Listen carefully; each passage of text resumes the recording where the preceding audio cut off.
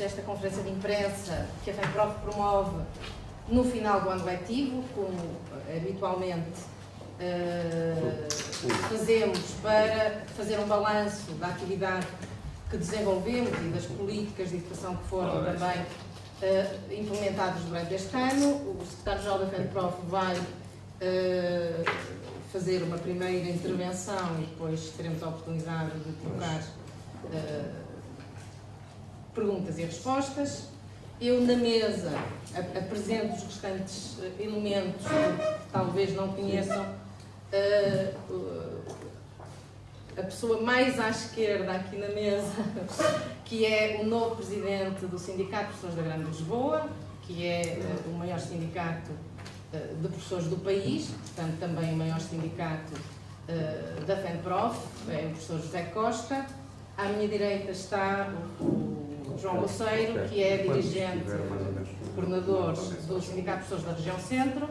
Eu sou Manuela Mendonça, coordenadora do Sindicato de Professores do Norte, portanto, o sindicato anfitrião desta conferência de imprensa, que não é muito comum, porque isto, o centralismo também nos sindicatos também impera, portanto, é quase tudo em Lisboa, e por isso é que estou também a dar as boas-vindas e passo a palavra ao Mário Nogueira, secretário-geral da FENPROF.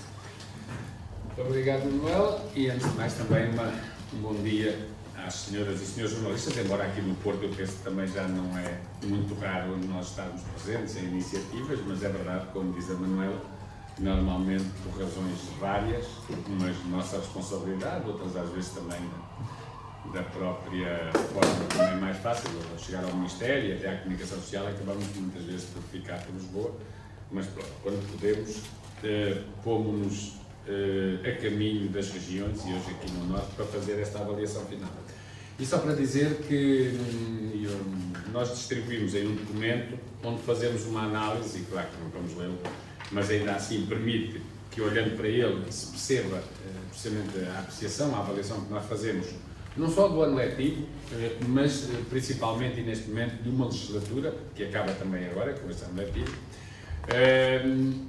e que resulta esta avaliação de dois momentos importantíssimos que a FENPROF teve. O seu congresso, que foi realizado há um mês, e depois disso a sua reunião do órgão de máximo da direção, ou do seu secretariado nacional, que foi realizado na semana passada, portanto, quinta e sexta-feira, e é exatamente daí que resulta destes dois acontecimentos importantes para nós, enquanto organização, que resulta quase que um check-up que nós fizemos à educação, para podermos concluir que, feito o check-up, ficámos muito preocupados com o Estado.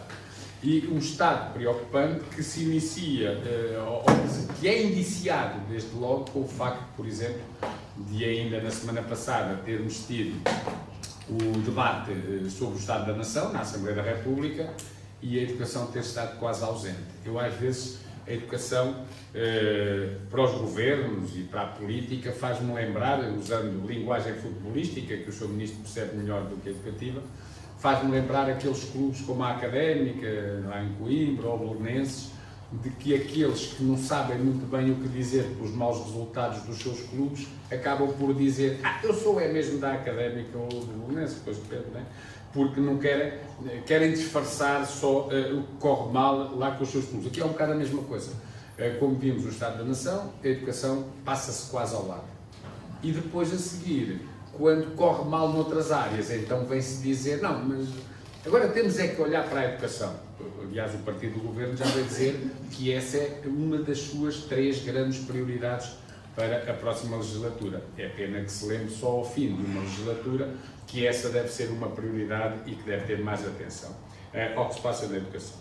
Dizer que, daquela avaliação que nós fizemos, destes 4 anos, e que culminam neste último ano, este último ano, este 4º ano, foi o ano de maior violência no ataque desferido contra os professores, e não é apenas porque lhes foi roubada a parte da sua vida profissional, é porque, para além do mais, ficou claro que nunca foi intenção deste Governo resolver os grandes problemas que afetam os professores, nomeadamente os problemas que têm a ver com a precariedade, que continua a afetar milhares de professores. É verdade que o Governo diz, bem, mas nós ao longo destes 4 anos metemos 7.000 professores nos quadros. É verdade. O que também deveria dizer é que ao fim de 4 anos e ao meter 7.000 professores nos quadros, os últimos que entraram tinham 15 anos, em média, 15 anos de serviço, até eram contratados há 15 anos, e tinham a idade média mais de 44 anos. Ou seja, se o governo português cumprisse a diretiva comunitária a que está obrigado, de que no setor público e em qualquer entidade patronal as regras para contratação a termo têm que respeitar as mesmas no setor privado, os professores tinham que entrar nos quadros com 3 anos de serviço. E estão a entrar em média com 15, o que significa que estamos muito longe de ter uma profissão em que, de facto, a precariedade é algo do passado, porque continua a ser do presente e, infelizmente, este governo vai deixá-la também para o futuro. Temos o problema do envelhecimento, e sobre este quase não é preciso dizer grande coisa. A OCDE disse-o há pouco, os professores, há poucas semanas, os professores em Portugal têm, em média, mais de 5 anos do que os professores do resto dos países da OCDE. Ou seja, neste momento, a média de idades dos professores em Portugal é de 50 anos.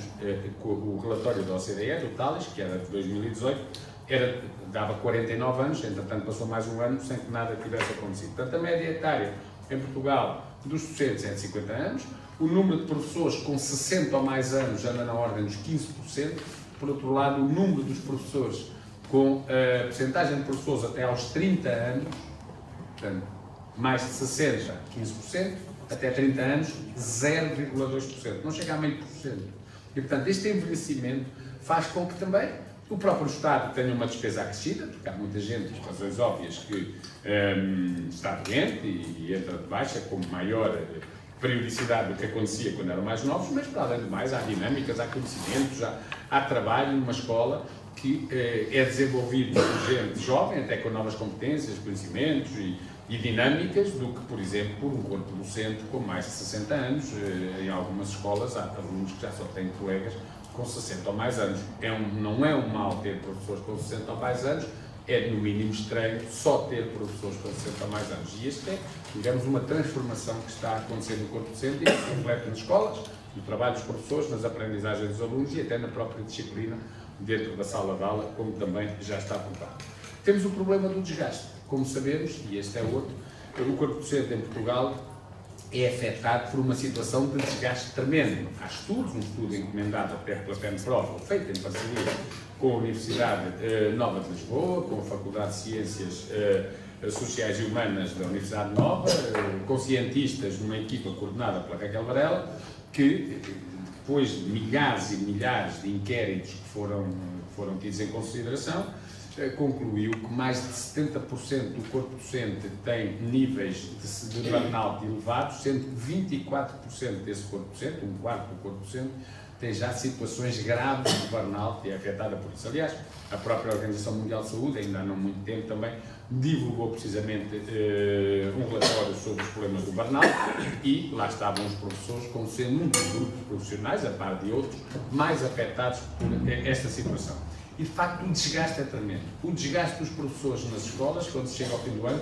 é tremendo. E é tremendo e tem a ver com o quê? Com horários de trabalho que ultrapassam em muito os horários que estão na lei. A lei diz que os professores, como os outros funcionários, têm 35 horas semanais. A média de trabalho de um professor hoje ultrapassa as 50 semanais.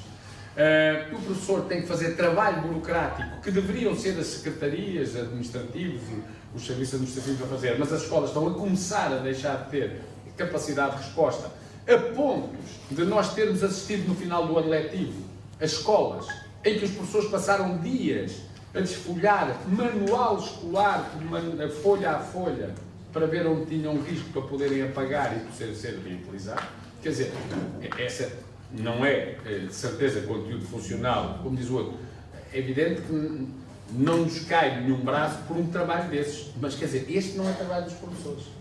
Portanto, mas é obrigado a dar às pessoas a trabalhar e depois começamos a ter situações preocupantes que nós não podemos dizer que se atribui a este desgaste, a este burnout, a esta situação, mas que é estranho é que houve 3 mortes de professores nos últimos dias, nos últimos meses, precisamente em situações de trabalho, a trabalhar, literalmente morreram a trabalhar. Uma colega em Manteigas, que em plena sala de aula, fulminantemente caiu para o lado, pode ser coincidência ou não, essa professora era titular de todas as turmas do 7º ao 12º ano de inglês, com níveis, portanto, 6 níveis diferentes de preparação de aulas diariamente.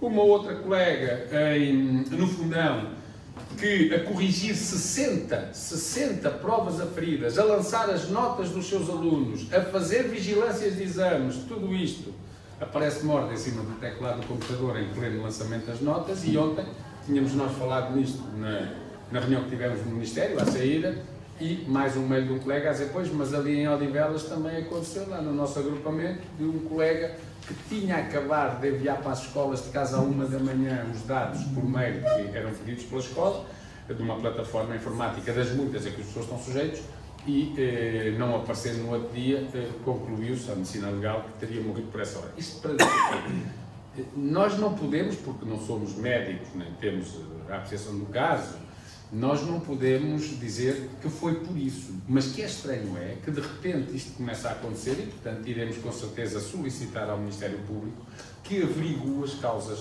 destas situações. Já o fizemos em relação a outros casos, por exemplo, quando foram problemas de amianto, aqui numa escola da Póvoa de Varzim, não só, não é?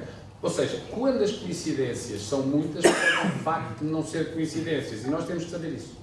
Portanto, iremos pedir ao Ministério Público que averigue e depois tiraremos as conclusões. Agora, que há uma coisa que é verdade, é que os professores estão exaustos e chegam ao final do ano, às vezes não é ao final do ano, e chegam às vezes ao final do primeiro período, já completamente cansados, já muito desgastados, e a partir daí e por aí adiante é sempre a carregar em cima com mais um projeto, mais uma reunião, coisas que são absolutamente impensáveis. Só para terem a ideia, aqui no Distrito de Braga, a propósito da implementação do regime de educação inclusiva, houve um agrupamento que convocou e realizou 56 reuniões ao longo do ano. Isto é uma coisa absolutamente absurda.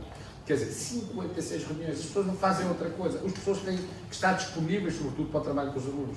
Mas não é para isto, é para as 56 reuniões por um motivo. É para ações de formação disfarçadas sobre a capa, ainda hoje em Porto Alegre, em Nisa, isso está a acontecer também. Não está cá o nosso colega do Sul, porque foi para lá, para a porta dessa reunião. E os professores são convocados como para uma reunião geral de pessoas, e afinal é uma ação de formação o dia inteiro que as pessoas nem sabiam que iam ter. É para o lançamento em N plataformas de dados por tudo e mais alguma coisa, dos relatórios, enfim, coisas que às vezes até têm uma utilidade duvidosa. E, portanto, os professores estão completamente massacrados por todo um trabalho burocrático que lhes retira muito tempo, disponibilidade também, do ponto de vista psicológico, para o trabalho dos seus alunos. E isto é o desgaste que é. E, por último, a carreira. Bom, isso acho que todos acompanhámos, o roubo que nós tivemos. E é isso até nós aproveitámos, e ao fazer aí uma análise sobre os vários aspectos de A a Z, sobre a apresentação, sobre a carreira, sobre a dimensão das turmas, que de facto foram medidas que ao longo da legislatura foram um pouco mais que simbólicas. Portanto, se formos às escolas ver da redução do número de alunos por turma que teve lugar ao longo da legislatura, que impacto teve nas escolas? Na maior parte não teve impacto nenhum, porque as escolas foi uma redução tão tenue, tão pequena, e que ainda por cima simultânea, ao fim das reduções das turmas com alunos com necessidades educativas especiais, que nem se notou nada, e era importante que isso se notasse. Os regimes de educação inclusiva, a flexibilidade curricular, que é outra das áreas, que independentemente da ideia ser positiva, não é essa a questão que colocamos, mas que está a ser feita à conta dos professores, do seu trabalho, de uma sobrecarga, do aumento dos seus horários e, portanto, do desgaste do corpo docente das escolas.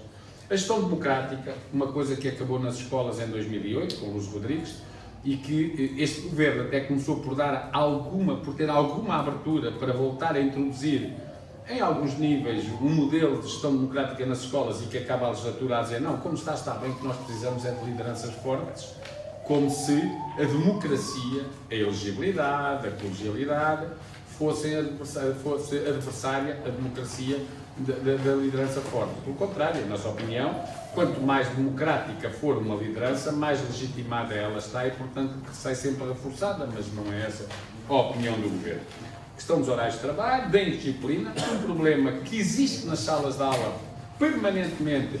Portugal, os estudos da OCDE apontam também que é dos países em que os professores mais tempo demoram a controlar a indisciplina dentro da sala de aula. O governo sabe isso, está alertado para isso, tem propostas da FENPROF sobre isso, e, no entanto, fez zero em relação a esta área, que é uma área muito importante, até também para o próprio desgaste e para a exaustão emocional que afeta os professores. O jurídico, bom, o jurídico foi o caminho que muitas pessoas tiveram de seguir. Nós hoje temos em tribunal o problema das ultrapassagens, o problema dos concursos de professores que foram mal excluídos, problemas variados que o governo não dá resposta e que a única solução que tem é dizer aos professores, bem, se querem resolver isso, vão para tribunal. E nós estamos aí para tribunal. Eu diria que os nossos sindicatos têm hoje, não digo, porque é verdade, têm hoje milhares de ações em tribunal que dispararam nesta legislatura e em particular neste último ano da legislatura. Temos aí um Kafka no capa a dizer que alguma coisa foi kafkiana e foi neste final de legislatura. Foi precisamente todo o processo de contagem de tempo de serviço. Foi uma coisa incontável. O Franz Kafka, se fosse vivo, de facto tinha aqui motivo para um belo livro, e se alguém tiver jeito para escrever esse tipo de livro, de ficção, pode fazê-lo, não é? Porque, na verdade, tudo começa naquela noite de 17 de novembro de 2017, que vai até às 6 da manhã do dia 18, e depois é um conjunto de reuniões, numa autêntica farsa negocial que nós fomos tendo. Acaba com toda aquela parte que tem a ver com o governo, em entrevistas de jornal, a dizer que vai contar o tempo para a apresentação, depois já não ia contar para a apresentação, depois tem uma reunião em que dá abertura para contar o tempo, depois noutra já não conta nada, depois na outra só conta parte, depois ainda tem aquela fase em que o Sr. Presidente da República veta, depois logo a seguir promulga, depois a seguir sai, depois os professores vão aplicar a aplicação da recuperação dos 2 anos, 9 meses e 18 dias, a maior confusão, o próprio serviço do Ministério gera uma confusão com instruções contraditórias, depois há professores que nem os 2 anos e 9 meses e 18 dias recuperam porque estão em escalões sujeitos a vagas, a confusão instalou-se. Isto de facto é uma história que não cabe na cabeça de ninguém, tudo isto feito por um governo cuja única intenção foi roubar 6 anos, 6 meses e 23 dias aos professores, e então arranjou aqui uma história, como dizemos nós, que era digna de um livro desse grande também escritor, não apenas. A luta dos professores, inevitável, tivemos-la, vamos lá continuar, vamos ter um grande momento de luta 5 de outubro, é véspera de eleições, é verdade, mas é o Dia Mundial dos Professores e, como é evidente, nós não podemos dizer à OIT, à Unesco, à Internacional de Educação, mudem lá o Dia Mundial, porque em Portugal há eleições no dia 6, não é? Portanto, nós temos o Dia Mundial do Professor, ainda o ano passado foi uma grande manifestação de professores em Portugal, este ano será também. Claro, não será uma manifestação dirigida a um governo, a um partido, às eleições, não tem nada a ver com isso. É no Dia Mundial do Professor, em que o lema em todo o mundo tem a ver com o rejuvenescimento da profissão docente como condição de futuro, nós, é um tema que se aplica perfeitamente aos portugueses. Vamos ter uma grande manifestação em Lisboa, para além das questões do rejuvenescimento, os professores vão dizer também, e no último dia de uma legislatura, que exigem ser respeitados e que a sua dignidade profissional será defendida até onde for necessário, porque na verdade não há ninguém que tenha o direito ou a possa pôr em causa. E portanto, dia 5 de outubro, lá estaremos, com outras organizações sindicais também. Não podemos deixar de passar na municipalização, um processo complicado que está em curso. O Governo, não sei se ficou aquém das suas expectativas, porque dos 308 municípios, só 84 é que aceitaram avançar agora a partir de setembro com o processo de transferência de competências, os outros 194 não aceitaram. Alguns deles, é verdade, não aceitam para o município, mas aceitam a transferência para a CIM, embora ao nível da CIM as competências transferidas não são rigorosamente as mesmas, são menos e são mais a um nível que tem menos intromissão na vida das escolas, menos ingerência, as questões de transportes, a definição da rede de cursos profissionais, da oferta, aí enfim já é mais discutível, mas ainda assim longe daquelas que seriam todas as transferências para os municípios, à exceção dos professores, mas não é por isso que nós ficamos descansados. Não é uma questão dos professores vão ou não vão para a Câmara. Para nós o problema tem a ver se a educação, passando praticamente toda para a Câmara, para o município, vai ou não vai melhorar. E a experiência, nós cá não a temos, quer dizer, temos algumas experiências de transferência de competências que correram mal, mas nós olhando para outros países, os exemplos de outros países também devem ser tidos em conta por nós, vemos, por exemplo, o que acontece na Suécia, onde o sistema, muito fragmentado por um processo de municipalização, é neste momento dos piores que nós temos a nível da OCDE de resposta na educação e assim. As questões da negociação, este governo é curioso. O Sr. Ministro da Educação, no dia 26 de abril de 2016, reuniu connosco, não sei se ainda estava imbuído da Revolução dos Cravos e da democracia, talvez, depois foi perdendo aos poucos, né? Disse-nos, não, nós vamos fazer reuniões trimestrais. Nós íamos para propor que houvesse reuniões de quando em quando, para podermos, reuniões de natureza política, para fazer a avaliação das políticas. O senhor disse, não, trimestralmente nós vamos reunir. E, portanto, para fazermos uma avaliação e discutirmos qual é o caminho, etc. Foi-se esquecendo, até que este último trimestre se tenta aí ano e meio, né? Portanto, ou seja, digamos, da intenção de poder ir discutindo aspectos de ordem política na educação e que, portanto, seria importante também para darmos os nossos contributos, acabámos até por nem ter reuniões de negociação das matérias que a lei diz que são obrigatórias. Ainda agora o calendário escolar, por exemplo, aconteceu, tem a ver com horários dos professores. Rejuvenescimento já falámos, o Simplex nas escolas nem vale a pena falar, o Governo fez chegar às escolas um documento a ensinar como é que se fazem atas, a ensinar como é que se organizam visitas de estudo, a ensinar como é que se pode recorrer a serviços jurídicos externos, só não escreveu é dizer quando é que desburocratiza de facto o trabalho dos professores, e isso era muito importante. Tempo de serviço, ultrapassagens na carreira, valorização da escola pública, começou bem, precisamente com o corte dos contratos de associação, N colégios privados que tinham atividade em concorrência direta com escolas públicas que eram despejadas com o próprio Estado a pagar ao colégio para as despejar. Portanto, esse corte nos contratos de associação começou bem, aliás, e como se vê, aquilo dava dinheiro, que ainda há pouco tempo o presidente do grupo GPS lá se encontraram as barras de ouro, 1 milhão na banheira, né?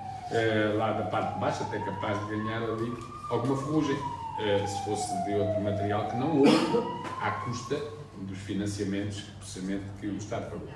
Começou bem, mas não acabou bem. E não acabou bem porquê? Porque a escola pública, para dar respostas e levar a qualidade, não é só uma questão de não ter colégios em concorrência, é ter condições, ter financiamento. E o financiamento, ao longo destes 4 anos, foi absolutamente uma estagnação absoluta, o que aconteceu ao nível do financiamento da educação. Ou seja, é verdade que o PSD e o CDS no governo fizeram cortes absolutamente inqualificáveis, portanto, colocaram a educação a um nível de financiamento extremamente reduzido.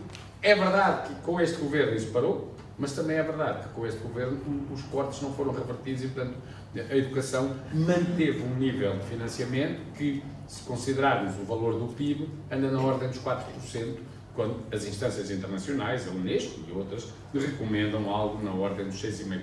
E, portanto, aí não houve reversão e as escolas sentem isso. Depois também o W era difícil, o WWW é fácil. É que hoje as escolas, não sabemos em nome da autonomia, estão sujeitas a um controle à distância absolutamente incomparável com o passado. Ou seja, não há nada que aconteça numa escola que a escola não tenha que lançar numa plataforma e que, se não for como o Ministério acha, não receba imediatamente um telefonema ou uma resposta a dizer que não pode ser assim. Portanto, é curioso, porque quanto mais às vezes fala de autonomia, parece que maior é o controle que é feito à distância, neste caso pelas plataformas informáticas, e, portanto, a autonomia, em muitos casos, não passa, de facto, do discurso. Xenofobia, quer dizer, a nossa escola não é xenófoba, mas é evidente que podia fazer-se mais e deve-se fazer mais sobre estas causas sociais. Seja a xenofobia, seja o combate ao racismo, sejam questões que têm a ver com a igualdade de género, sejam aspectos que têm a ver também com a violência, nomeadamente a violência doméstica. Portanto, são matérias que têm a ver com a cidadania e que a escola tem a obrigação de ter um papel de maior intervenção. É evidente que muitas vezes os professores vão tendo, mas há questões que para os próprios professores não são fáceis e que também passam por haver alguma formação para que os professores possam assumir também essas áreas, porque não basta dizer isto é transversal, todos têm que falar do assunto. As abordagens depende da idade dos miúdos, depende também da forma como é feita, ainda por cima, sabendo nós que em alguns casos isso pode levantar alguns problemas e tem levantado nas próprias escolas. Zigue-zagueando, porque de facto foi assim que o governo andou. Zigue-zagueou de início, agora para o final acho que já nem zigue-zagues dá, porque vai sempre no sentido de confronto e conflito com os professores. E portanto tudo isto leva-nos a uma avaliação negativa. Eu diria que a avaliação do Governo em relação à educação é uma avaliação negativa, aliás, clara, do próprio facto do Governo, no Estado da Nação, do final da legislatura, não ter nada para dizer de relevante sobre as questões da educação. O financiamento da educação, como eu já disse, ao fim destes 4 anos, a avaliação também é negativa, porque, na verdade, parou-se, estancou-se o corte, mas não se reverteu. E, em relação ao Ministério da Educação, foi o prosseguimento de um conflito com os professores que parecia atenuado na primeira metade da legislatura, mas voltou com toda a força na segunda metade. Em relação ao Sr. Ministro da Educação, eu diria que é difícil avaliá-lo. Nós poderíamos dizer, é positivo ou negativo? Não conseguimos. Se fosse um aluno que tinha chumbado por faltas. Ele esteve ausente do país em momentos importantes de debate, por exemplo, porque havia uma coisa qualquer no desporto aí, não é? Não sei aonde, não sei se Jogos Olímpicos, não é? Há dias vimos o Sr. Ministro, por acaso, em Minsk, lá estava e tal, no final, quando fomos campeões europeus de futebol de praia, lá estava, muito bem. Portanto, eu diria que se fosse um aluno, tinha trocado a escola pelo futebol. É verdade que alguns fazem uma vida interessante, o Cristiano Ronaldo, o Bernardo Silva, quando optam pela bola em vez da educação, mas do Ministro da Educação, tendo o desporto, o que se espera é que, de facto, a educação seja a sua área privilegiada e depois também acompanhe o desporto, o que não aconteceu neste caso. Portanto, eu diria que aqui não há uma avaliação negativa nem positiva, há uma ausência clara e notada e, portanto, um chumbo por faltas, uma vez que gostam sempre de fazer essa pergunta, fica já aqui a nossa opinião. Como é que vamos fazer para o futuro? É evidente que temos que esperar pelo próximo governo, não vamos já dizer, vai tal, o governo que aí vem, vai ser uma coisa desgraçada, já não sabemos. Oxalá que não seja. Nós estaremos disponíveis para uma negociação séria com esse governo e, portanto, o que é que iremos fazer desde já e com vista à próxima legislatura? Em primeiro lugar, já o fizemos, provavelmente seguirão hoje, um conjunto de perguntas para todos os partidos com representação parlamentar, que serão perguntas que nós dividimos em dois domínios. Um deles, a educação pré-escolar e o básico e secundário, que é o que estamos aqui a falar hoje, portanto, o Ministério da Educação, e outro sobre as questões da ciência e tecnologia, portanto, que será também a avaliação feita noutro momento, não é o que fazemos hoje, mas, portanto, perguntas aos partidos, muitas, muito diretas. Não vai dar para terem respostas redondas que depois nós lemos e ficamos sem saber muito bem o que é que eles estão a dizer ou o que é que vão fazer. Não. São coisas algumas de sim ou não. Vão ou não vão recuperar o tempo de serviço aos professores? Depois tem várias hipóteses, é a resposta múltipla. Não porque está bem como está. Ou sim, mas faseadamente. Sim, mas tudo de uma vez. Vai ser assim, que é para não haver dúvidas sobre o que é que estamos a ler, e em setembro vai para todos os professores uma brochura com as respostas dos partidos e também divulgaremos na comunicação social. Também em setembro, no período da campanha eleitoral, iremos fazer um debate nacional com os partidos, né, sobre as questões da educação. Um debate com representação partidária, em que nós queremos levar lá os temas da educação. Procuraremos também, e convidaremos na altura, provavelmente será em Lisboa, e, portanto, dificilmente será um senhor jornalista aqui do Porto, porque, claro, será em Lisboa, mas convidando o profissional para fazer a entrevista, até para que não fique a ideia de que estamos ali já a tentar levar a água ao nosso moinho, que é ir com perguntas que não são propriamente as adequadas para um debate deste tipo. Também no dia 2 de setembro, portanto, dia 2 de setembro, nós estamos, é a apresentação dos professores nas escolas, dia 1 é domingo, não é? Dia 2 de setembro é a apresentação das escolas e nós iremos estar numa escola, não iremos escolher uma escola por os professores serem muito velhos. É uma escola normal, eu mesmo me apresentarei na minha escola, a Manuela Andará, todos nos apresentamos na nossa escola, e eu já pedi aos meus colegas do meu agrupamento que nesse dia lá estejam no agrupamento, em Coimbra, Rainha Santa, Isabel, faremos a média de idades do corpo docente e depois divulgaremos à comunicação social para perceber o que é a realidade das escolas hoje, porque depois muitos professores mais jovens que aparecem não são os que lá estão. Vão aparecer em outubro ou novembro, quando parte dos que lá estão começarem a cair para o lado e entrar de baixa. E aí rejuvenesce, porque então, ontem o Sr. Secretário de Estado, numa reunião que tivemos, disse-nos que nunca houve tantos professores colocados nas escolas como agora. Isto na legislatura. Hoje são muito mais que em 2015. Mas nós perguntámos, então, mas vamos fazer o seguinte, vamos retirar daí aqueles que estão a substituir os que estão doentes e que, entretanto, adoeceram ao longo destes 4 anos. Quantos é que há a mais? Claro que ele já não conseguiu responder. Pronto, e era isso que gostaríamos de dizer aqui nesta conferência de imprensa. Portanto, que se houver alguma questão mais concreta que queiram colocar, estaremos disponíveis.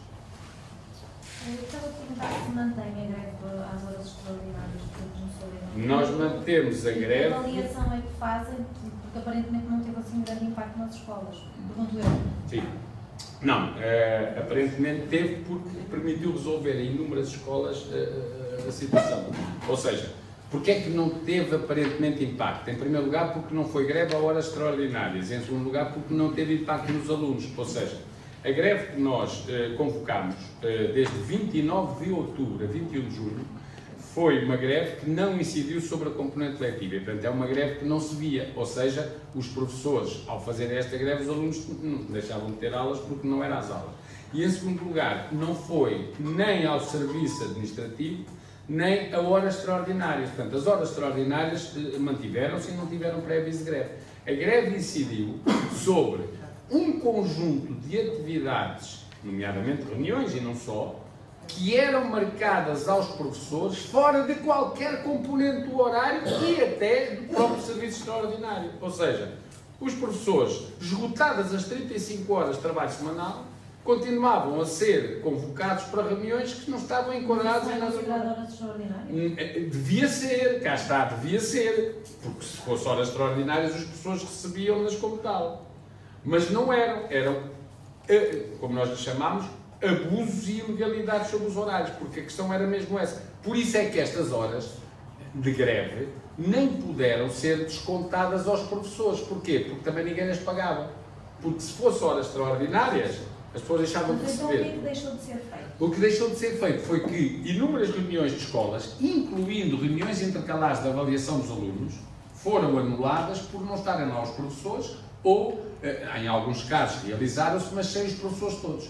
O que é que aconteceu? É que nas escolas onde a adesão foi mais significativa, e houve muitas, as próprias direções das escolas resolveram o problema. Porque o que é que era preciso fazer? Só isto. Há atividades que os professores estão obrigados a comparecer, que têm que, no entanto, fazer parte do horário. Particularmente formação contínua e reuniões. Só que as escolas marcavam essas reuniões e obrigavam os professores a essas ações, sem, no entanto, elas estarem programadas dentro do próprio horário. O que é que as escolas podem fazer? E algumas já faziam.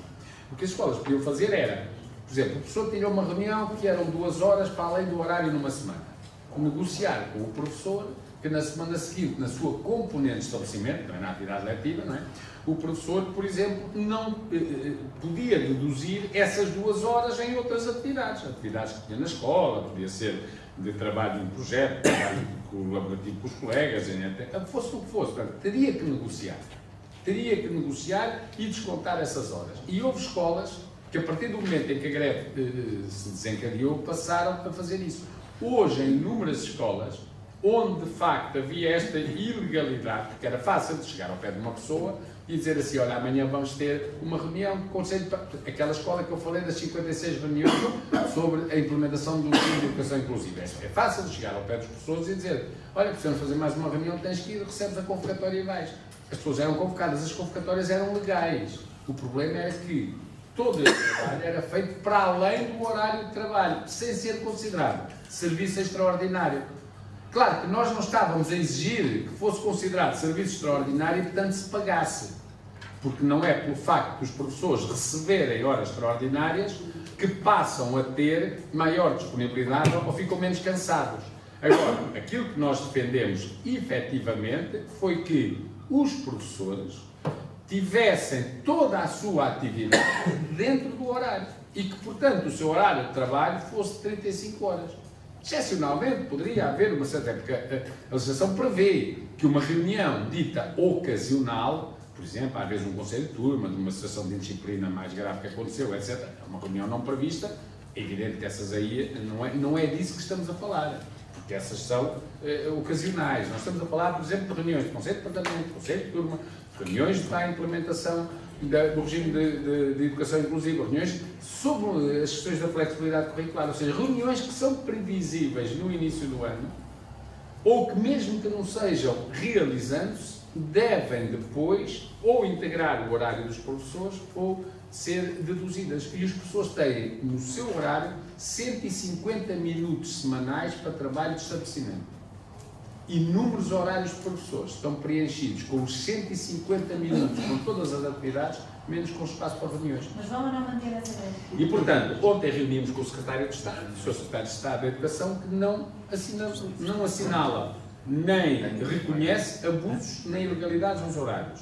E como não reconhece isso, mas vamos aguardar ainda para ver o que acontece até setembro, se os horários continuarem a ser feitos como até aqui, evidentemente que não teremos nenhum problema em colocar um pré-aviso de greve que vá permitir que os professores, repare, não é façam greve aos alunos, nem é façam greve à atividade no horário, é que as pessoas não compareçam. Eu diria até, o pré-aviso nem era necessário, porque se essa atividade está para além do horário, não tem que se comparecer. Mas para que não haja medos em relação a não comparecerem nessa atividade, pois com certeza que iremos fazer. Agora, como disse, é assim, se nós só tivermos em conta o que foi o discurso ontem do Sr. Secretário de Estado em relação à questão dos abusos e ilegalidades dos horários, entregávamos o pré-aviso já hoje. Mas, como às vezes uma coisa é o que se diz, outra coisa é depois o que se faz, nós vamos aguardar pelo mês de setembro, quando os horários forem distribuídos às pessoas. Portanto, neste momento não foram ainda, não é? Portanto, quando as pessoas chegarem às escolas, no início de setembro, têm a primeira reunião, no primeiro dia, e depois nos dias seguintes vão receber os seus horários de trabalho. E aí iremos ver como é que eles estão a ser elaborados. Vamos admitir que, por exemplo, porque é possível fazer os horários bem. Por isso é que foi possível muitas escolas terem corrigido os erros que estavam a fazer. Ora, se foi possível algumas corrigirem, quer dizer que teria sido possível todas corrigirem. Logo, é possível todas fazerem bem. E, portanto, vamos aguardar para ver o que vai acontecer e depois decidiremos, até porque essa foi uma greve que juntou as 10 organizações sindicais de pessoas, para além da FEMPROP, e, portanto, continuar, com certeza que iremos articular isso com os outros. Mas, de facto, eu diria que se nada se mudar, o mais provável é que sim, porque, enfim, nada justificaria que se alterasse.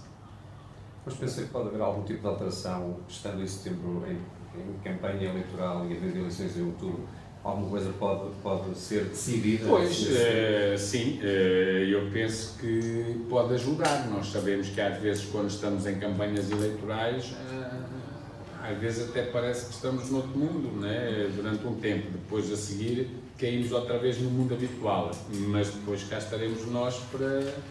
Nós já tivemos situações até relacionadas com a carreira no passado, em que em campanha eleitoral foram assumidos compromissos e depois não fora a luta dos professores e os compromissos tinham ido água abaixo. E, portanto, vamos esperar. A campanha eleitoral é sempre um momento bom para nós sabermos até onde é que os poderão ser governo, ou pelo menos vão estar no poder, na Assembleia ou no governo, até onde é que podem ir. E, portanto, nós iremos, com certeza, nada que seja para além do que é razoável, mas dentro do que é razoável, execuível e sustentável financeiramente, nós iremos pedir aos partidos que assumam compromissos para o futuro e depois iremos esperar que os cumpram. Se todas as vossas pretensões forem aceitas, quanto é que isso custa ao país? Custa menos do que custa ao país manter o déficit abaixo do que a União Europeia vai exigir. Custa menos do que custa ao país pagar por todos os atos de corrupção e má gestão que nós vamos tendo. Custa menos do que custa ao país, por exemplo, sei lá, continuar a entrar a permitir que os grandes grupos económicos e financeiros tenham benefícios fiscais absolutamente inqualificáveis e que, portanto, são da ordem dos milhares e milhões de euros e, portanto, custa ao país qualquer coisa, às contas que nós fizemos, por exemplo, a recuperação do tempo de serviço dos professores na totalidade diluída ao longo dos vários anos, custaria ao país menos de metade daquilo que o Governo diz que custa. Sim, e, portanto, não é só isso que vocês estão a reivindicar, não é? Então, o que é que estamos a reivindicar? Nós podemos concluir... O rejuvenescimento dos quadros... Sim.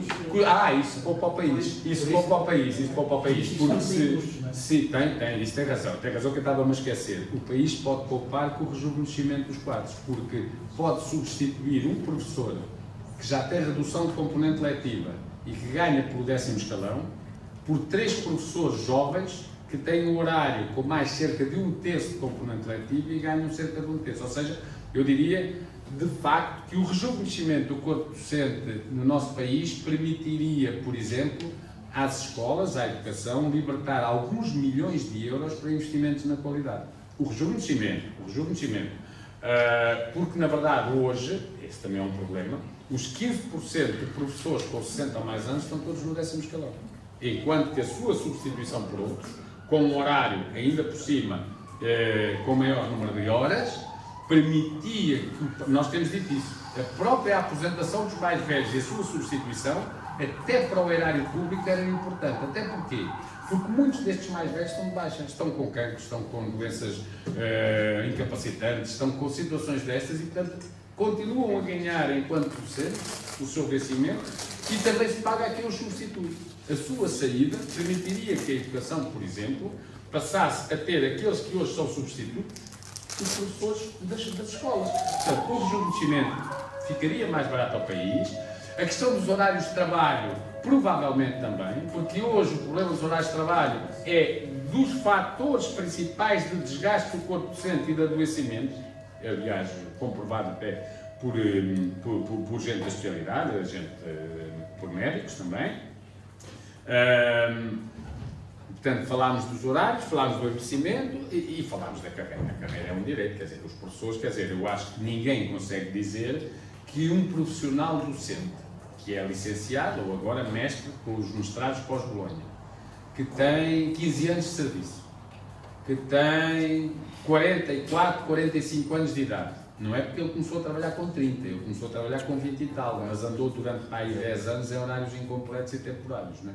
E, portanto, o professor com 15 anos de serviço, 44 de idade, colocado a 500 km de casa, normalmente os do Porto e Braga, então estão todos ali por Setúbal, Odmira, por ali assim, e que ao fim do mês recebe na sua conta 1000 euros, estamos a falar de uma profissão que os profissionais ganham muito acima daquilo que merecem. Não, é que muitos destes professores, nomeadamente os do Norte, que são os que estão mais deslocados das suas residências, nomeadamente os do Norte, muitos estão a pagar para poderem trabalhar. Porque há professores de Braga e do Porto colocados, por exemplo, no Alentejo, em horários parciais.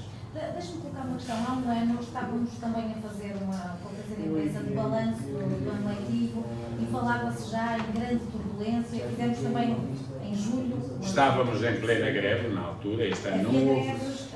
Foi a greve às avaliações. Houve greve às avaliações, houve greve logo no início do ano letivo, ou pelo menos foi anunciado logo que haveria uma greve no início do ano letivo. Assistimos a uma crise política com o Primeiro-Ministro a ameaçar demitir-se. O que lhe pergunto é se para o próximo ano letivo é de esperar alguma acalmia, no sentido em que os sindicatos também vão esperar para ver o que é que este novo governo tem para oferecer. Nem é de acalmia, nem de não acalmia. Vamos lá ver, há um ano atrás o que é que nós tínhamos? Nós tínhamos o governo a dizer que ia roubar o tempo completo aos professores, os 9 anos, 4 meses e 2 dias, nem queria sequer ouvir falar em recuperar algum tempo. Estávamos numa greve de facto às avaliações, que durou até meados de julho, e depois tivemos, tem razão, greve nos dias 1, 2, 3 e 4 de outubro, que depois, no dia 5 de outubro, teve a grande manifestação do Dia Mundial do Professor. Curiosamente, o Governo até foi no dia 4 de outubro, pela primeira vez, aprova um decreto-lei, que depois foi vetado, de roubo do tempo de serviço aos professores. Estávamos em plena luta, isso aí, claro. No próximo ano, neste momento, porque é que não estamos numa luta deste tipo, apesar do Governo continuar a roubar tempo de serviço?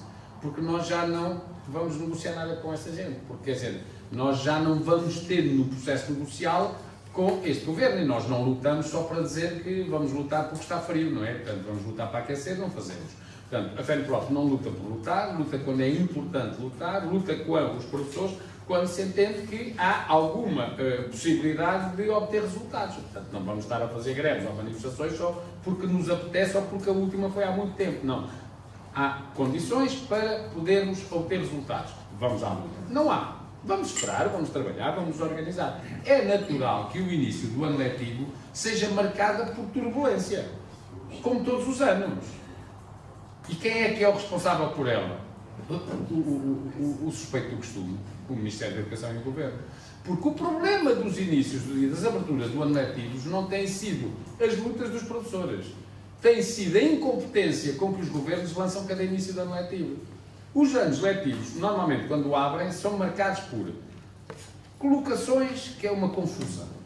Faltam professores de apoio nas escolas. faltam trabalhadores não docentes às escolas. As escolas não têm condições para abrir ainda porque as obras do amianto ou outras ainda não foram feitas.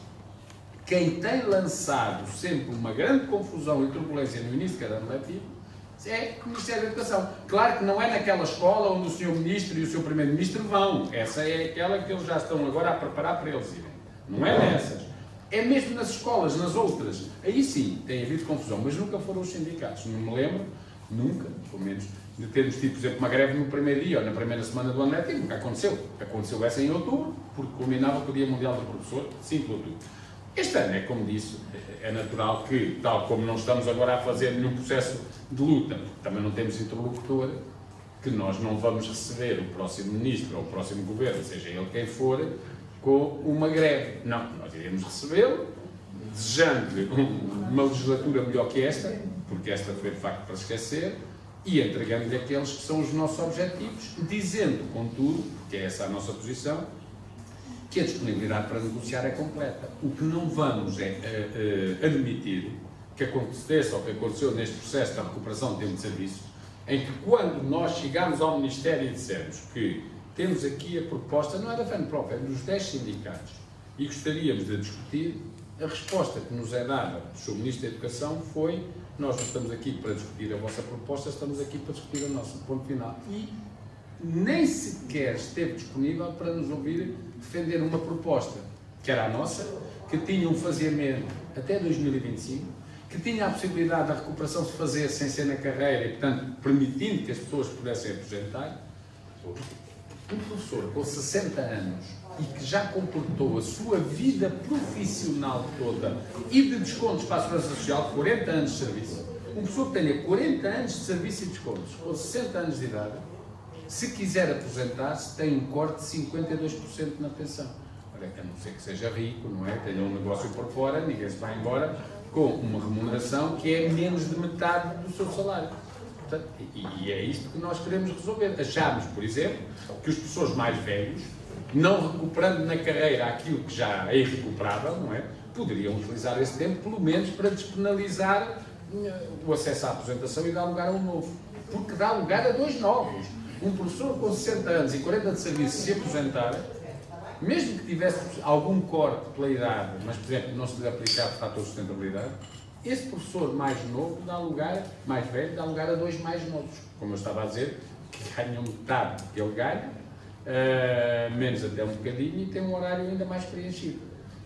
Eu admito até que o Governo e que o Ministério da Educação até gostasse que isto acontecesse. Eu até confesso que eles até chegaram a deixar transparecer em várias reuniões que gostavam que isto acontecesse. Mas como nós não temos um ministro com peso político, portanto o nosso ministro da Educação foi sempre um peso pluma no Governo, isto usando aqui a linguagem desportiva outra vez, quem mandou foi quem disse que não queria isso, nomeadamente o Sr. Ministro do Trabalho e da Segurança Social. Bem, agora falava há pouco também do pedido da FENPROF no Centro, investir mortes, 3 mortes. Que se perceba porquê. Portanto, não há, nem até com base nos estudos que a FENPROF implementou, não há aqui nenhuma base. Quer dizer, nós não somos médicos, nós somos clínicos. Há o marido de uma delas, das professoras, uma dessas colegas, revelou já que quer levar até às últimas consequências esta averiguação e eventualmente por estar em tribunal por esse motivo.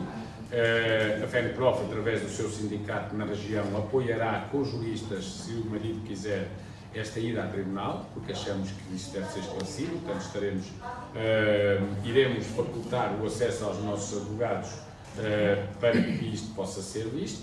Agora, de facto, é uma coisa curiosa, porque de repente, no ano letivo em que precisamente há estudos que indicam que os professores estão numa situação de desgaste e de burnout e de exaustão emocional como nunca, com 24% dos professores já numa situação de grave de burnout, que isto aconteça. E, portanto, quem somos nós para, ainda ontem falámos isso no Ministério, quem somos nós para dizer, quer dizer, até podemos saber que havia situações nestas já de detecção de situações de grande desgaste das pessoas.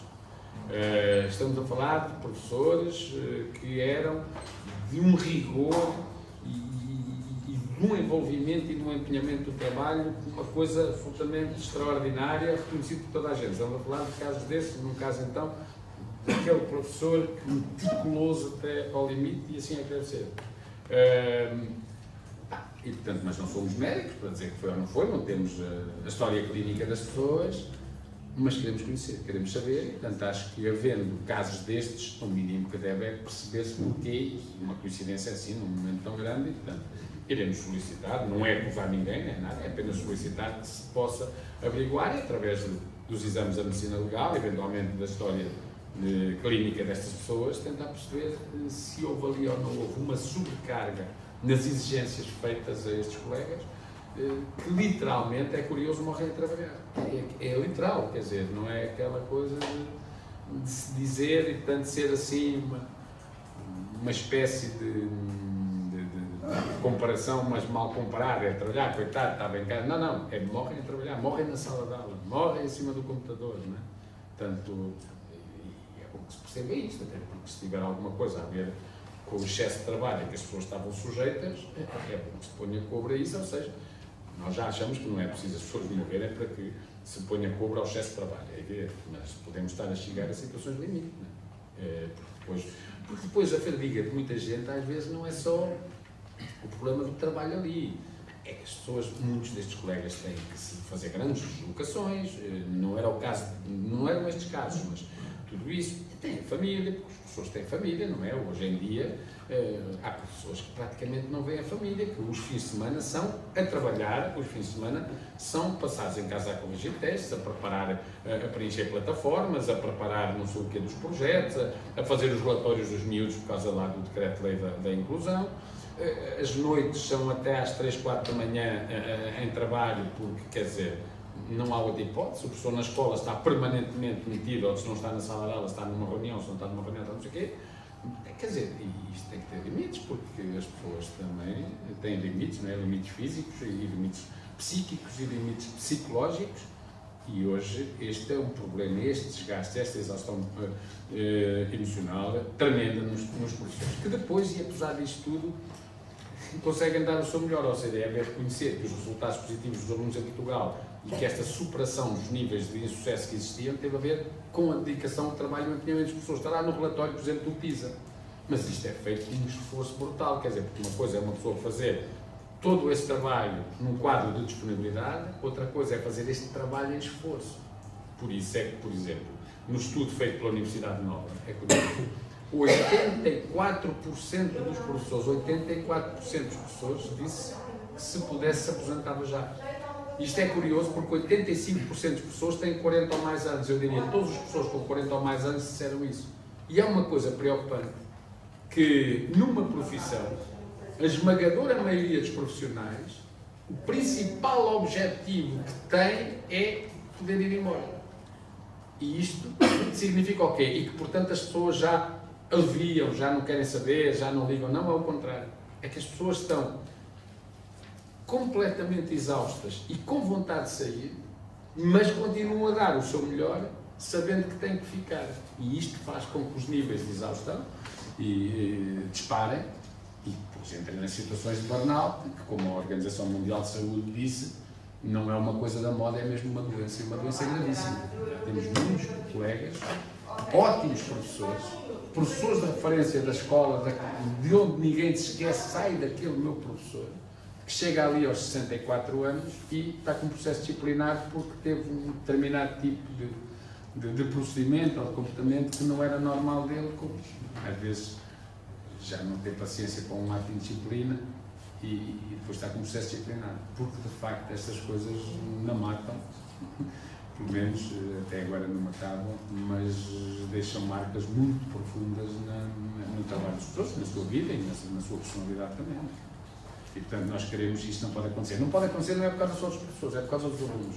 Os alunos têm direito a ter um corpo sempre rejuvenescido, com novas competências, com capacidade para desenvolver novas dinâmicas nas escolas. E outro problema que se coloca aqui, nós calculamos que até 2023, faltam 4 anos, possam sair à volta de 15 mil professores das escolas. o Ministério calculava 11.500, mais ou menos, mas se houver algumas normas, nomeadamente, por exemplo, se deixar de haver fatores de sustentabilidade sobre apresentações antecipadas, é natural que mais alguns saiam. Se puder haver aquela coisa dos professores poderem, como os outros funcionários, não estou a dizer que não haja alguns, mas não é significativo.